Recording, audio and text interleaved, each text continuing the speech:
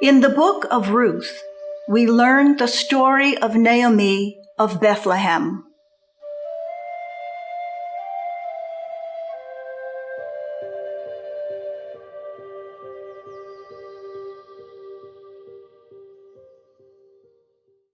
Shalom. My name is Naomi.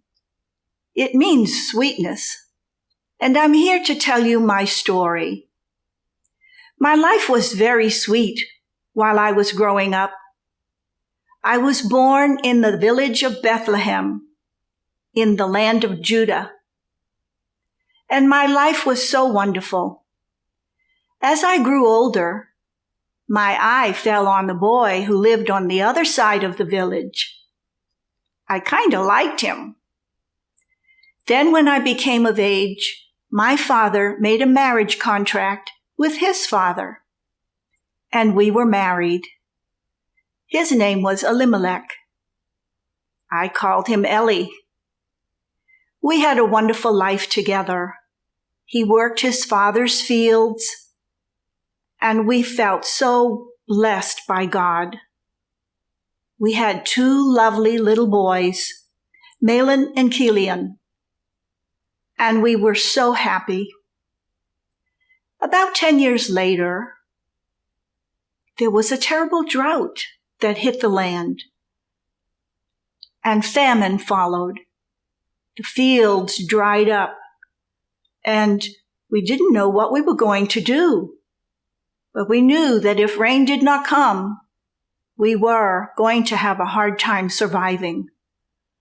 There were a group of families who decided to leave Bethlehem, and we, our little family, joined with them. The trek was very hard. There were mountains to go over and rivers to cross. We finally arrived in a land called Moab. It was a very different land. We didn't really like the Moabites very much, but they had fertility and food, and we thought perhaps we ought to settle there. Now, Eli found a farmer who had lovely fields and hired him to work in his fields. We were so happy that we had some place to live, for they gave us a little house on the far side of the fields. And there I continued to raise my boys, and Eli and I started to settle down. Now, it was a little difficult for us because, you see, the Moabites are very different from us Israelis. Oh, they were casual, they were spendthrifts, but we tried so hard to keep our culture together. Now, you know, young people, they make friends fast, and the boys made friends with a lot of the children in the neighboring villages. They even began learning the language. It was hard for me, though, but gradually I started to relax. I even picked up the language, and I even learned to cook some Moabite dishes. The boys and Eli were very happy with that because they were delicious. As time went on and the boys came of age, they began looking at other women, not Israeli women. They were looking at the Moabite women, and I must admit, they were very pretty. So the day came when the boys came to us and said they wanted to marry Moabite wives. At first, I wasn't comfortable with that. I wanted to keep passing on our Jewish tradition, but we didn't know how long we would have to live there.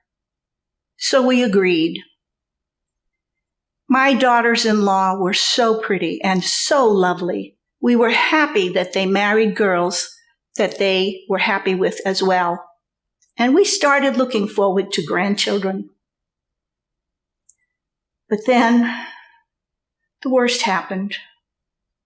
One day, I was in the little house, and a man came running in from the fields to tell me Eli had died. Eli was dead. He fell in the fields and never came back to life again, and now I feel so alone. He was my heart. He was my rock. And now I don't have anyone. What am I to do? My face fell. I could no longer smile. Oh, my sons did come to me and help, and they tried to cheer me up. And my daughters-in-law, oh yes, they were so generous and kind. But nothing could replace that hole in my heart. How was I going to go on? Well, gradually I got used to the idea that there would be no Ellie in my life. Time went by, and then I heard a rumor.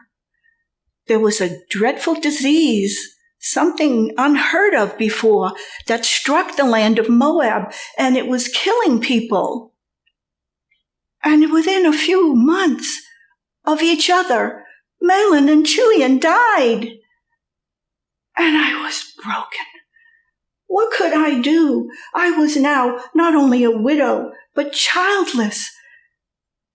And I was very angry at God. The hand of the Lord had struck the land, and it touched my heart. What could I do? There was nothing that made me smile anymore. Don't call me Naomi, because I'm not sweet anymore. Call me Mara, for there's a bitter taste in my mouth. And then I tried so hard to make things work for me. Thank you for my daughters-in-law, because they were so good to me. But I don't know what to do. Should I go back to Bethlehem? How will I work? How will I do this? Naomi decides to return to Israel and leave her daughters-in-law behind.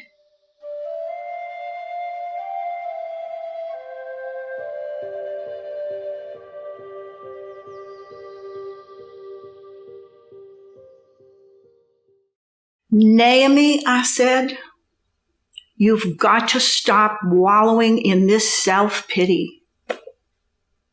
I can't go on doing this. I must start living again. Torah says, choose life. Well, I'm trying. It's so hard.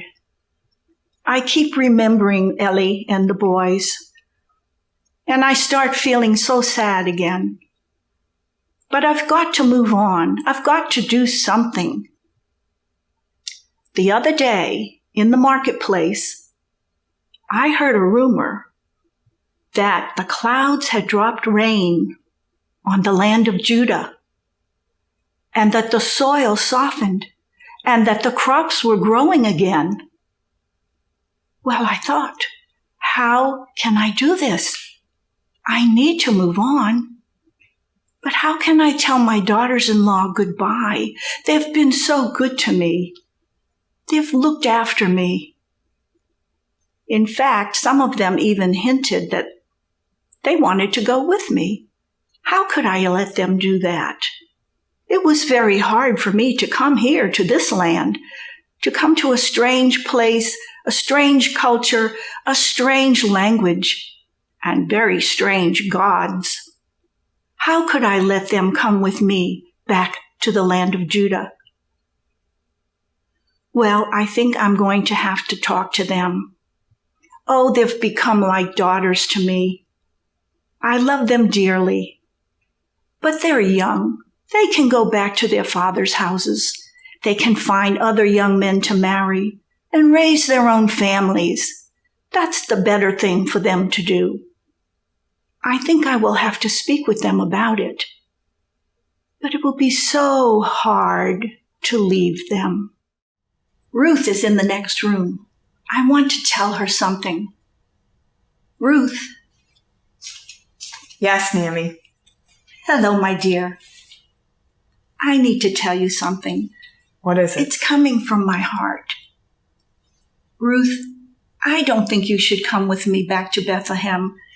It's a long journey, When I came here, I was a stranger in a strange land, strange cultures. I don't want you to have to go through that. You're so sweet. I think you should go back to your father's house, find a new husband, raise your own children, because you're young. You have your life ahead of you. It's not fair for me to ask you to come with me.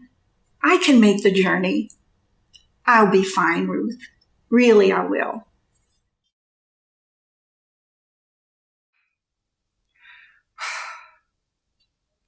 Ever since Naomi announced that she would return to Israel, I have feared she would send us away.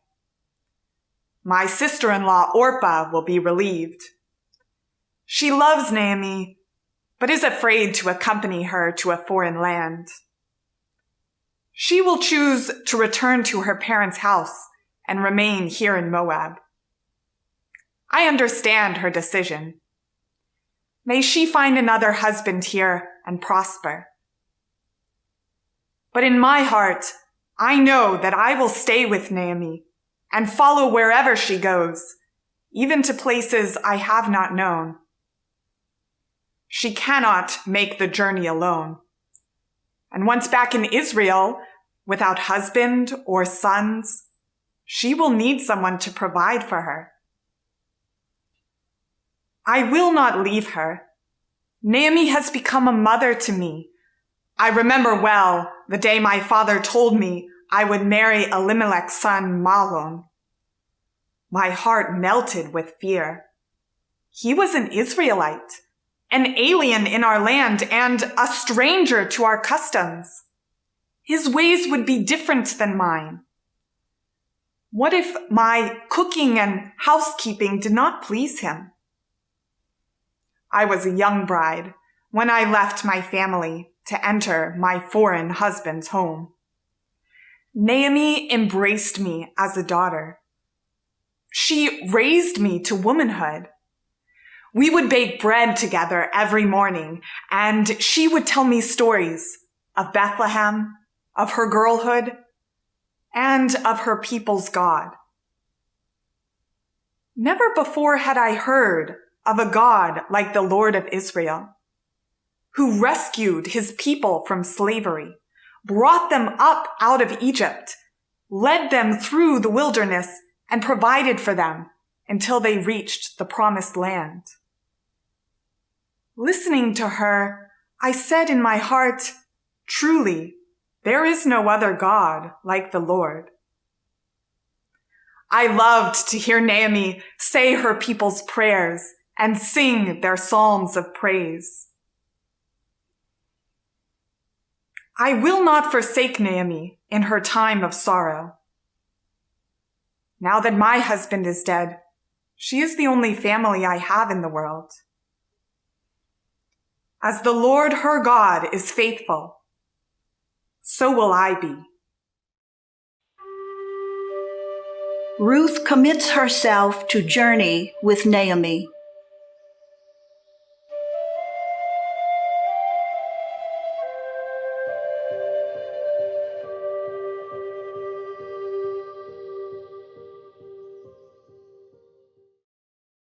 Naomi, I honor you as my mother and will be obedient to your will. But my home is no longer here in Moab. It is with you. I would come with you to the land of Israel. I listened closely to your stories of the Lord God, who said to your people, "You shall be my people, and I shall be your God." Our Moabite gods do not speak to us that way. They cruelly demand the sacrifice of human life. Your God speaks to you of love and of covenant and of being a chosen people. I see how love of the Lord has transformed you, Naomi. Despite the many trials in your life, your heart is filled with joy. When I married your son, you welcomed me into your family with abundant generosity. The Lord God has centered your heart and strengthened your spirit. So too will the Lord strengthen me to make this journey with you. Do not ask me to abandon or forsake you. Oh, Ruth, I'm so glad you said that. It gives me relief. I love you, you know, and over the years our love has grown stronger. To tell you the truth, I was scared to go by myself. I never knew what would be out there.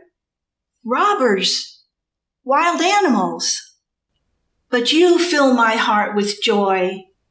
I wanted to beg you to come with me, but I didn't want to push you. Ruth, I am overwhelmed at your decision.